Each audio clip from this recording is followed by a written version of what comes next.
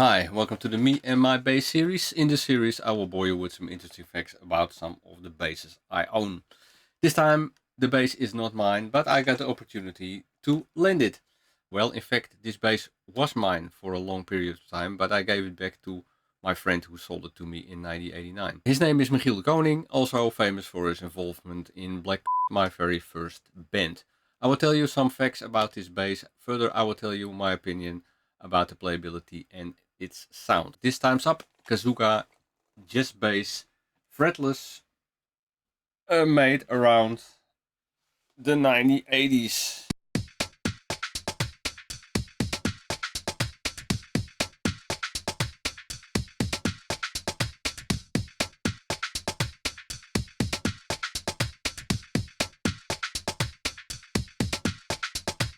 This bass is made in Japan. The body is made of an Asian wood called sen, which is a sort of an ash. The neck is maple and it has a maple fretboard. The neck has been made fretless by sanding down the original frets to the fretboard level and then applying about 3 layers of hard lacquer. It's a passive bass with, to me, unknown pickups.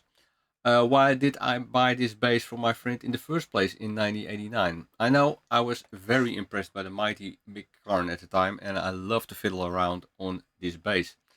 Around the same time, I began to use it a lot with the two-man band called Ploink, together with Felix van Dommelen, and we described that music as Alan Holsworth meets King Crimson in Japan. But first, what could I find about these Kazuga basses? Kazuga was first established in Nagoya by Miki Bukchiki Chiki Shishi. They made guitars, banjos, mandolins, violins, and ukuleles. Kazuga started their own brand of guitars in the 1960s, and in the 70s they made Herby and Genson brands and partnered with Roland to make a guitar synth.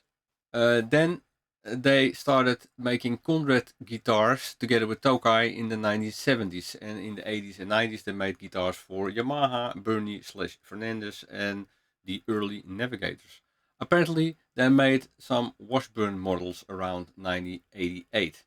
Also, they made some Jackson and BC Rich guitars. They also did BC Rich copies for the Japanese market. They went out of business around the mid 1990s.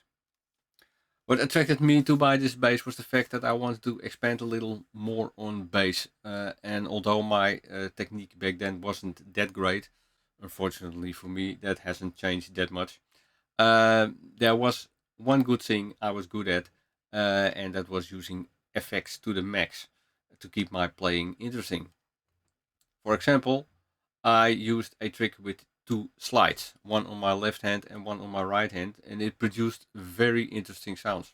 Years later, I saw Tony Levin with his funk fingers, which has some or less the same effect.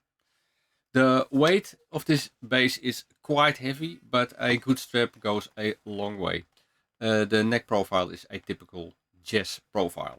Here is a small example how it sounds: first the bass solo, then the bass in context with drums and keyboards.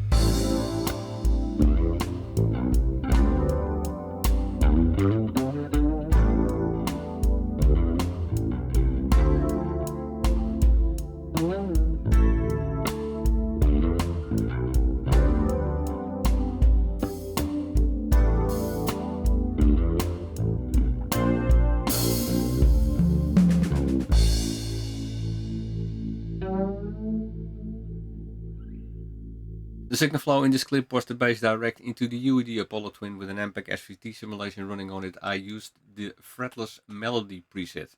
The problem I always had with a lot of fretless basses was the fact I could not get that typical wow singing sound out of them.